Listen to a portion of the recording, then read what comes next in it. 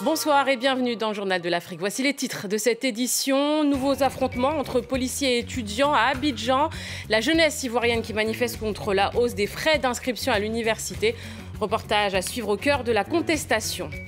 Nous reviendrons sur ce drame de vendredi dernier en République démocratique du Congo. 37 réfugiés burundais ont été tués dans le sud Kivu. L'armée congolaise est pointée du doigt. L'opposition burundaise, elle, s'émeut ce lundi. Et l'invité du Journal de l'Afrique est Niska, celui qu'on pourrait appeler l'homme aux 400 millions de vues sur YouTube. Le rappeur franco-congolais vient nous présenter son nouvel album, Commando. Alors quand on a déjà conquéri le monde, quel combat reste-t-il à mener? Il nous répondra à la fin de ce journal. On débute donc ce journal en Côte d'Ivoire où on déplore ce lundi de nouveaux affrontements entre policiers et étudiants à Abidjan. Alors qu'une nouvelle manifestation s'organisait, les étudiants ont été bloqués par les forces de sécurité. Au cœur du mécontentement, les frais d'inscription pour la rentrée et la hausse des cotisations pour les frais annexes. Le principal syndicat étudiant ivoirien réclame une gratuité totale de la scolarité. Voyez ce reportage de nos correspondants Jérôme Garot, Tristan Lepay et Nathanaël Iloupedjou. Rentrée scolaire aux aires de bataille rangées. Dès ce matin, des échauffourées au cœur d'Abidjan, capitale économique de la Côte d'Ivoire. Les étudiants promettaient une manifestation, les voilà bloqués derrière les murs de leur université. Nous sommes sortis pacifiquement pour mener une marche, pour aller vers le ministère pour réclamer ce qui nous revient de droit. Mais ils sont en train de nous gazer avec des gaz lacrymogènes. Tout citoyen, tout enfant de la Côte d'Ivoire a droit à l'éducation et l'éducation est gratuite. Si l'on dit, il faut qu'ils respectent. Au gaz lacrymogène, les manifestants répondent avec des pierres et le campus prend l'allure d'un camp retranché. Des affrontements, comme mercredi dernier. À l'origine du mouvement, la puissante fédération estudiantine et scolaire de Côte d'Ivoire. Une colère dirigée contre l'augmentation des frais d'inscription pour la rentrée. Aujourd'hui, nous sommes rentrés en grève pour manifester contre cette hausse des grandeurs. Parce que si ça commence au niveau du primaire et du secondaire, ça risque de continuer au niveau universitaire.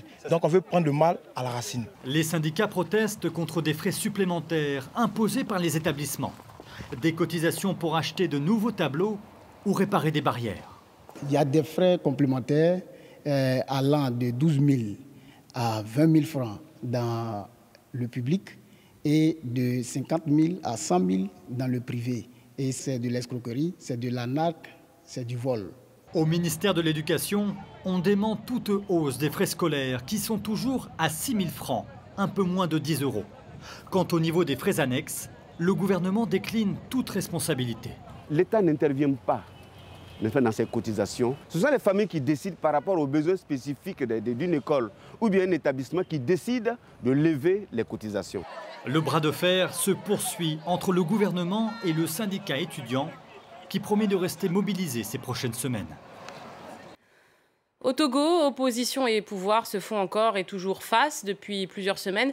Les politiques s'affrontent au sujet d'amendements de la Constitution, en cause principalement le maintien au pouvoir ou non de Faure Gnassingbé, l'actuel président. Ce dimanche, c'est l'Église qui a fait une déclaration forte pour condamner les répressions. Et c'est donc une semaine sous haute tension qui débute à Lomé. Emmanuel Sodji sur place. Effectivement, tous les voyants sont au rouge et les évêques du Togo ont exprimé leur vive inquiétude. Ils craignent qu'il y ait des affrontements lors des manifestations qui sont prévues ce mercredi et ce jeudi sur l'ensemble du territoire du côté de l'opposition et à Lomé, la capitale, pour les partisans du président Faure Gnassingbé. Alors les deux camps aujourd'hui sont face à face. Ils restent campés sur leur position car ils n'ont pas réussi à s'entendre sur les bancs du Parlement. Les opposants demandent le retour à la Constitution de 92, un texte qui avait été voté par plus de 97% des Togolais. L'Église demande aujourd'hui que les autorités écoutent le peuple pour préserver la paix. Et d'implorer la lumière de l'Esprit Saint sur les plus hautes autorités de notre pays, afin qu'elles opèrent urgemment les réformes demandées par le peuple, conformément à la Constitution de 1992. Pour les partisans du président Faure, l'avant-projet de loi sur les réformes présenté au Parlement la semaine dernière va dans le bon sens. Écoutez le président du groupe parlementaire du parti présidentiel, Christophe Tchao. Aujourd'hui, la limitation des mandats, le scrutin à 2 tours, tel que c'est prévu, mais c'est conforme à la Constitution de 92. Seul problème, l'opposition ne veut pas entendre parler d'une candidature du président qui est au pouvoir depuis 2005 et avant lui, son père, pendant 38 ans. Ce qui pose problème, c'est de dire que la loi à partir d'aujourd'hui va être rétroactive. C'est là où se joue le véritable problème. Pour nous, la loi dispose pour l'avenir. C'est un principe intangible. Il reste une dernière étape au Parlement, la session plénière pour le vote final du texte. S'il ne passe pas, les autorités pourraient avoir recours au référendum. L'horreur des attentats au Nigeria qui continue. Une triple attaque a fait au moins 15 morts dans l'état du Borno, c'est dans le nord-est du pays. L'attaque a été perpétrée dans un camp de déplacés en pleine distribution alimentaire. Les kamikazes seraient des femmes, selon les premiers témoins. Et puis nous vous parlons régulièrement dans le journal de l'Afrique des tueries à Beni, au nord-est de la République démocratique du Congo. Des tueries qui, depuis 2013, ont fait plus de 800 morts et 180 000 déplacés. Des massacres le plus souvent perpétrés à la machette. Le groupe d'études sur le Congo publie un rapport ce lundi affirmant que les ADF Nalu ne seraient pas les seuls responsables. Le directeur de ce groupe de recherche sera notre invité pour parler du rapport dans notre prochaine édition à 22h45. Et en République démocratique du Congo, on en vient à ce drame survenu vendredi. Dans le sud Kivu, 37 réfugiés burundais ont été tués. L'armée congolaise aurait ouvert le feu. Kinshasa annonce une enquête. Les précisions de Nicolas Germain.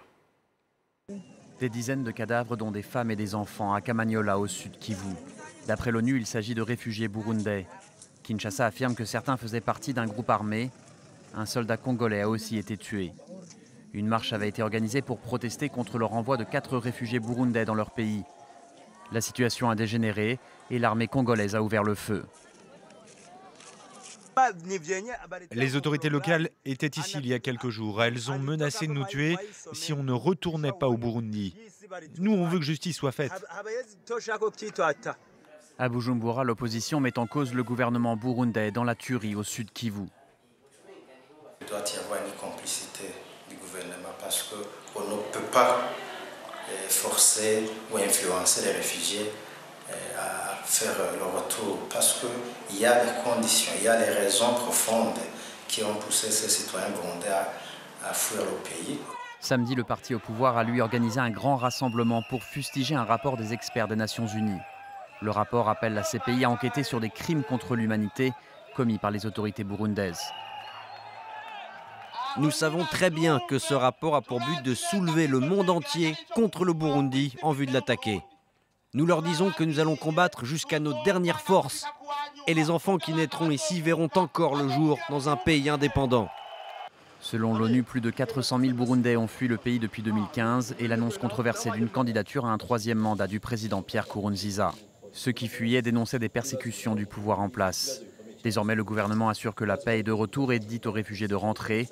En juillet, le président de la Tanzanie, pays qui accueille la majorité des réfugiés burundais, leur avait également demandé de repartir.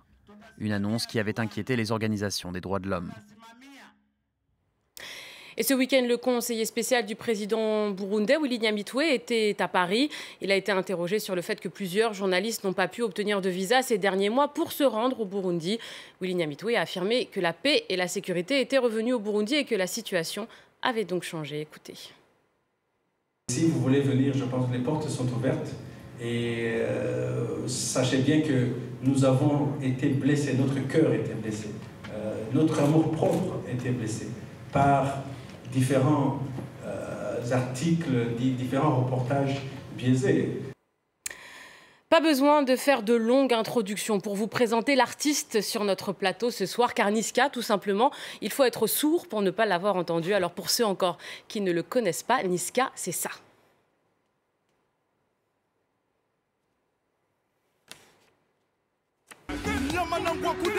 Je contrôle la leçon, apprécie mon parcours. Hende Katako, sale petit coquin des cocus. Quand elle m'a vu, elle t'a plaqué. Fais les camos, pour de crocos sur la chaussée. Je suis congolais, tu vois, je veux dire. Posé, je suis sous Jack dans mon bendo. Je fais repérage de femmes sur les réseaux. J'ai vu ce lolo. Elle m'a pas follow, pas quand je l'ai follow. Elle fait la go, qui connaît pas Charo. Elle m'a vu à la télé. Elle a dansé ma choré. Alors Niska, bonsoir. Bonsoir. Alors on voit que bonsoir. Même Neymar n'a pas échappé au phénomène Niska. Ouais, il a Je disais 400 millions de vues entre les vues de Sapé comme jamais, de Réseau. Vous êtes numéro 1 sur tous les téléchargements. Ouais. Comment est-ce qu'on vit ce tourbillon de succès? 400 millions, c'est énorme. C'est vrai que c'est énorme, mais après, bon, c'est des choses qu'on n'avait pas vu venir. Aujourd'hui, elles sont là, on les prend comme elles sont, et puis ça fait plaisir. Ça fait énormément plaisir, toute cette reconnaissance. Et quand il y a ça, ben, on se dit que maintenant, comment on va faire pour aller plus haut encore? C'est vrai que c'est pas mal, 400 millions. Parce que malgré votre jeune âge, vous avez 23 ans, mais vous n'êtes pas dans le rap depuis hier. À votre avis, quel ingrédient fait qu'aujourd'hui, ça marche? Et puis maintenant, c'est vrai que le succès se compte en millions de vues. Ouais, je pense que c'est l'authenticité. Et l'originalité aussi, parce que j'essaye de faire j'essaye d'avoir mon propre créneau dans le rap même, mais d'avoir mon propre créneau assez ambiançant, qui fait danser les gens, qui fait plaisir, qui fait sourire. Je pense que c'est ça.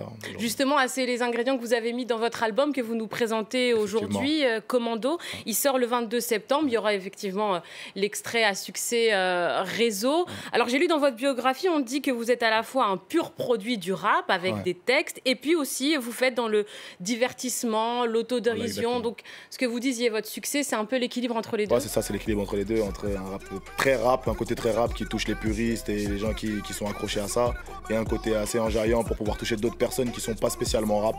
On essaye de faire un mix des deux, et aujourd'hui ça donne des morceaux comme Réseau, comme Sapé comme jamais, comme Matuidi Charo ou autres. Est-ce que c'est la mode ou l'arrivée de l'afro-trap qui fait que maintenant vous êtes plusieurs rappeurs à mettre justement des sons qui ambiancent, qui sortent un peu du rap à texte? Ouais, effectivement, c'est vrai que depuis qu'on a lancé Sapé comme jamais aujourd'hui, ça a pu donner naissance au courant comme l'afro-trap et tout, et ça a ouvert des portes pour notre style de musique. Aujourd'hui, il y a beaucoup plus de rap dans les boîtes, il y a beaucoup plus de rap à la radio, et ça fait plaisir. Donc pour Commando, vous continuez sur cette lignée? Effectivement, on retrouvera quelques morceaux qui sont sur cette lignée. Après, il y aura, vu que c'est un album, il y aura des morceaux un peu plus conscients, il y aura quelques prises de risques, mais sur la globalité, oui. On est sur ça. Alors Niska, vous êtes, on l'a dit, franco-congolais, originaire du Congo, Brazzaville. Vous avez évidemment les sonorités africaines qui vous inspirent. Quel est votre rapport aujourd'hui avec le Congo-Brazzaville ou l'Afrique en général? Est-ce que vous avez envie d'y retourner, faire des concerts Y retourner, déjà y aller, parce que je ne suis jamais y allé. Ah, d'accord. Ouais, j'aimerais vraiment y aller. C'est quelque chose auquel je tiens vraiment. Aller faire une tournée africaine, ouais, c'est quelque chose qui est... Vous voulez d'abord y aller justement en tant qu'artiste ou en tant que juste personnalité, voir la famille? Comment est-ce que vous voulez aborder ce retour à la terre Afrique? Franchement, j'aimerais bien aller en tant qu'artiste pour pouvoir faire plaisir à de multiples personnes et pas qu'à la famille. Et j'irai bien sûr voir la famille, mais pour faire plaisir à tout le monde, ouais, aller en tant qu'artiste. C'est accessible aujourd'hui, on a eu beaucoup de vos confrères qui sont venus ici. Maintenant, le rap, c'est succès en Afrique et dans l'Hexagone. Ça marche pas mal en Afrique maintenant, ouais. Eh ben, écoutez, je vous remercie en tout cas d'avoir été sur notre plateau. Je rappelle que le Commando, votre album, sort le 22 septembre et nous, on va se faire plaisir en se quittant avec Réseau. Il n'y a pas de souci. Merci à vous beaucoup. En tout cas. Merci. Ouais. Elle m'a vu à la télé, elle a dansé ma choré. Elle fait la go, qui connaît pas Charo. Elle m'a vu à la télé, elle a dansé ma choré. J'ai sorti ma marque, sorti ma trappe, les rappeurs m'ont pris pour leur modèle. Devant la maille, devant les femmes, trop de principes pour rester modeste. Les types ont cramé nos jeans, les bitches ont capté nos vies. Je fais des avances à sa maîtresse, mon fils joue à la play dans la putain.